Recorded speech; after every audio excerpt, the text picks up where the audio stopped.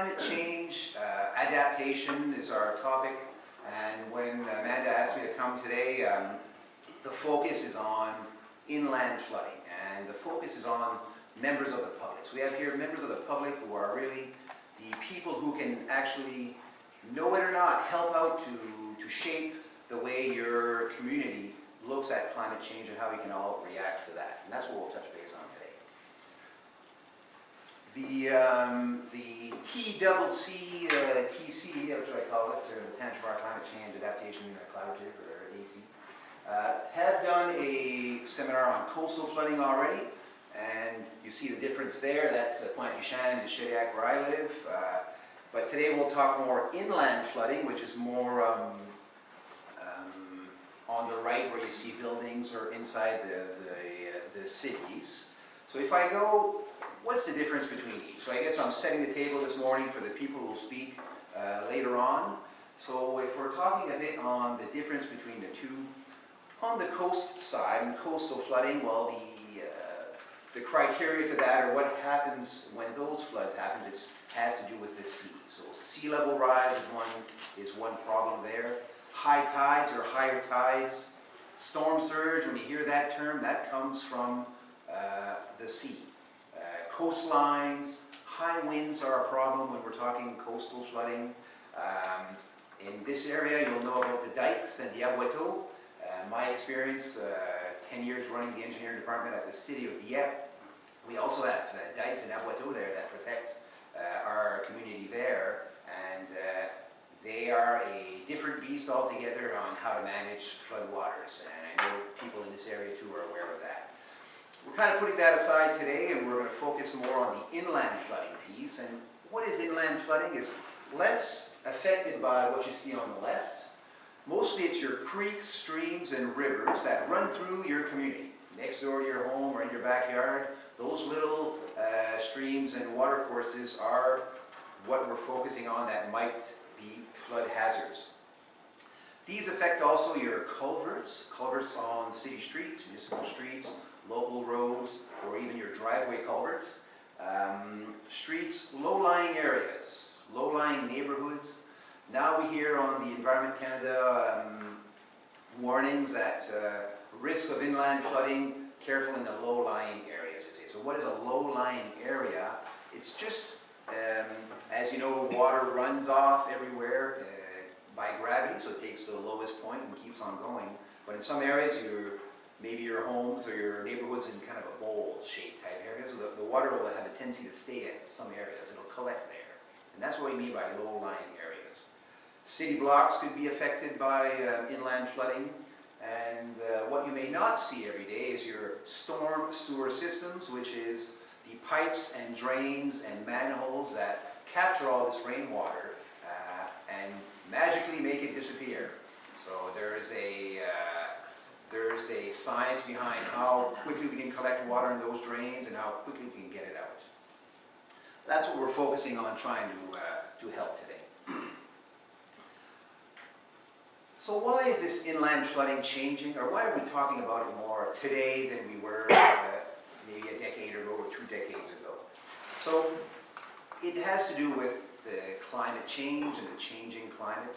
So it is significant, this climate change, and we are all experiencing it. It's a lasting weather pattern that will be changing from now to the future as much as we as scientific people know. We'll see changes in temperature, meaning fluctuations in temperature, high and low. Precipitations also will be modified. So we're still getting rain, we're still getting snow, but instead of getting, if you have an average of 100 millimeters of rain in a month, instead of getting it 10 millimeters in 10 days, you're going to get it 50 millimeters in 2 days. So it's the frequency and the severity which is changing in our climate. And that's what becomes a challenge now, because what I'll be talking about in a bit is how we design infrastructure in the past. It does not fit well with what is happening today in weather. We're not able to predict that in the times coming. Flash storms are the other thing, and being an engineer and working on the climate change subcommittee at Engineers New Brunswick, Next month, we have our main yearly meeting. It's about changing climate. We're talking about that on the engineering level. And on the national level, Engineers Canada are shifting the wording, and instead of saying climate change, because climate change, as most people here today, I imagine you are believers in climate change. Some of you might watch the X-Files, or you might watch them this week, and I'm almost a believer now in the extraterrestrials. But we'll keep it down to the climate change stuff. But there are also some people who are not believers, and as soon as you say the word climate change, and they turn off right away, and it becomes a frustrating discussion. So at Engineers Canada, they're going to the changing climate. I think we can all say that, is the climate different than it was 10 years ago or 20 years ago? I think most people would say yes, we're seeing things we've never seen before. It doesn't matter who's causing it or whatnot, we're saying that the climate is changing. So I'll be using that terminology as I move forward. So let's just look at the last month. By the time I was invited to come here, I thought, oh, I'll have to look in the past to see what things have happened, but there's been extreme weather events that have happened in the last month, and I'm just going to mention them here again. So if I say normal weather for wintertime, January and February, for us, the Maritimers, it's rainfall in the winter. Yeah, you can get rainfall in the winter. Not the funnest thing, but that does happen. And can you get snow melt in the middle of winter? Sure you can. That's always happened. The difference now is we're getting extreme weather. So what does extreme weather mean? And that's another term Engineers Canada is using. It's heavy rainfall, which is not something we're used to as often before, and rapid snow melt. So for instance, the last Christmas time, we had a lovely vacation in 2017, which was only a month ago, at a 2-week extreme cold snap. Extreme cold we've had extreme cold before, so it wasn't colder than the other times, but it lasted for 2 weeks straight, and the scientists have figured that that in 2018, it's something that you shouldn't see for another 250 years. It's that rare that it'll happen to have a 2-week cold snap, that cold, during Christmas time. So luckily we've seen it once, we'll likely never see it again. Now, 100 years ago, the planet was cooler, you would have seen that every 17 years. So 15 times rarer now than it was just 100 years ago. So what does that mean for our future? So that just happened. And again, even closer to that, just a few weeks ago, the extreme rainfall and the record temperatures on the plus side we had January 12th and 13th. Just in Moncton, I live in the Glenelg area, so I kind of follow that a bit. So we've had 14.3 degrees on January 12th, which was pleasant after the minus 30s. The record in the past was 11.2 degrees in 2014, and before that was in the 50s, or the 70s, I should say. But to break a heat record by 3 degrees, that's pretty significant. The next day it's the same thing. 16 degrees versus 12 degrees, which was the record before. 16 in the middle of January. So with those record temperatures, we're getting a rapid snow melt. Luckily, we didn't have too much snow. But once that snow melted so quickly, and with the rainfall we got, a record rainfall, 25.1 millimeters of Moncton versus 10 was the record 78 years in 78 years of data. Put that together, we've had some serious flooding a little more north than we are here. So just to say, this is extreme weather. That's what we need to contend with now in inland flooding. So what are the risks to this inland flooding? Well, impacts to public safety. We have people here from EMO. Some of you work for EMO. So disruption of life, when something happens, your everyday errands are affected. Injury, loss of life, possibly relocation of structures or whatnot need to be done.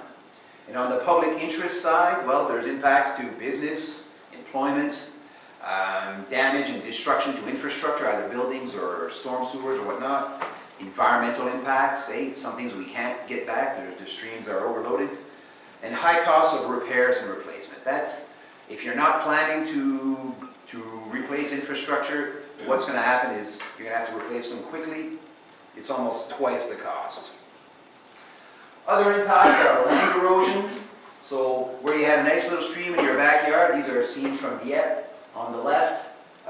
One homeowner had his property line was the creek, and the creek did a nice little S-turn, that was his property line. Then when the floods came, the creek made a straight line and cut his land in two, and now his property map, his land was if his land is the creek, as his deed says, he lost some land and his neighbor won some land. So how do you deal with that? Culvert collapse on the right there. There's supposed to be a culvert on this side in a street. That disappeared. The concrete head wall stayed there. That was nice and strong. Localized flooding. That's flooding in low areas in your municipality. And finally, basement backup. So inland flooding can affect your homes at your house and flooding backup of the basements. So why is this a concern? Well, much of Canada's infrastructure, the pipes, the storm sewers, the streets, the drainage, have been in place for many years, but they were designed based on the old climate data, the normal stuff. And now with the extreme stuff, our culverts, our streets, our drainage stuff, that have been there 50 years, aren't capable of handling these extreme weather events, these big rains, these big snow melts. So, you know, we can't change that all from day tomorrow. So, how can we reduce this flood risk for inland flooding? Well, two ways. Mitigation is one, and mitigation, we're not going to talk about that today, but that's really reducing or eliminating the causes that cause those extreme events. So the greenhouse gases, ainsi de suite. So if you can stop the rain from coming, that's be the best idea. But for now, and for us as citizens in our communities, the short term is we need to adapt and we need to be ready. So accepting that there's a change, understanding the consequences, what can happen, we're going to talk more about that today, and preparing for them. And that's our focus for the rest of the morning. So we can reduce inland flooding different ways. On the left, we've got the hard engineering approaches. That's my expertise. So we're looking at design standards. The new pipes we're putting in the ground were taking into account the heavier rains. Recalculating river flows and their peak flows. I have my colleagues at University of Moncton, they've developed tools on calculating peak flows from rivers and streams inland. Mapping these flood zones, some of you have seen mapping already, showing, getting prepared in each communities on where this flooding could happen, so at least we're aware. And finally on the left here, constructing adaptation structures like a retention pond to hold the water before it runs into your basements and whatnot. And we'll have Jamie Burke, my old friend, to talk about that in a bit. On the other side, we can marry hard engineering with naturalized approaches. So let's go on the more ecological and environmental sides, where naturalizing engineered infrastructure. In Dieppe, we built some, as you see on the bottom, that's one of our retention ponds. That one has been naturalized. We've added trees and shrubs and aquatic plants, and it's quite beautiful. And it operates, secondly, as a stormwater retention pond, while we have other ones that are just a plain rocked pond, not naturalized at all. So there's ways that we can help even more and make it better for all. Adam Campbell will talk about that today in Ducks Unlimited with his experience in those areas. Also, we can conserve and protect existing ecosystems, which is important. The tree stands that you have now, or the forest that you have that is absorbing some of this water, could be used for development, or could also be protected by never having development there, and showing how important these ecosystems are. And that's where the community comes in to show your elected officials how important those are. Adam Cheeseman of Nature and Wildlife will talk a bit on those experiences and how they've had some success there. And finally, the citizen approach. And that's where the people here come in. First things first, I'd say, is planning. I think planning is the best idea. If you see the EMO site, my new friend Mike in the back, he's got the same, I've got a model for planning too, but he's got one too, and it's don't be scared, be prepared. And the more prepared you are, I can't stress enough how much it can save you a lot of headaches in the future. So, prepare yourselves first. At home, what can I do to protect myself from inland flooding? And then we'll talk about that later on today and show you what the tools are for that. And then what can citizens do is, well, collaborate, communicate, and gain some knowledge. And that's what you're starting to do today. I congratulate you for at least attending a seminar today and getting some information on what's going on in my community, how can I help, and what can we do to add that? Well, it's collaborate. So collaboration means working together and outside your boundaries. And what a perfect example from the TCCAC, the Tantramar Collaborative. I think that's one great example. Because the changing climate has no town boundaries, and neither do the watersheds. I was working in the city of Dieppe, and I was responsible for the city of Dieppe, and came to find out that one of our big streams came from Moncton. So if the development was happening on the Moncton side, they could be shooting all their water in our system. So I needed to take that into account, and I needed to let them know what was going on. So collaboration happens on different levels, and all those cities and municipalities work together, the citizens can be involved too. I've got Moncton, Dieppe, Riverview. I worked on a climate change collaborative there. That worked great. The Tantramar area here is one. And where I live in Grande Cocom, two LSDs, municipalities working together with an NGO and with government, and we're working on climate change policies there, right from the ground up. It's the citizens that are coming in. Quite a beautiful project that we're working on there. And that's the type of thing that I'd recommend to be involved with. Secondly is communicating. So getting the citizens involved, getting the NGOs, academia. So University of Moncton, we have Mount Allison here. There are people there that are just waiting to be working on some type of project like that. And finally, the knowledge. My go-to source, or my motto, comes from G.I. Joe when I was a young kid, where G.I. Joe would teach a little lesson and say, now that you know, knowing is half the battle. So being prepared, planning, you're already halfway there to helping yourself.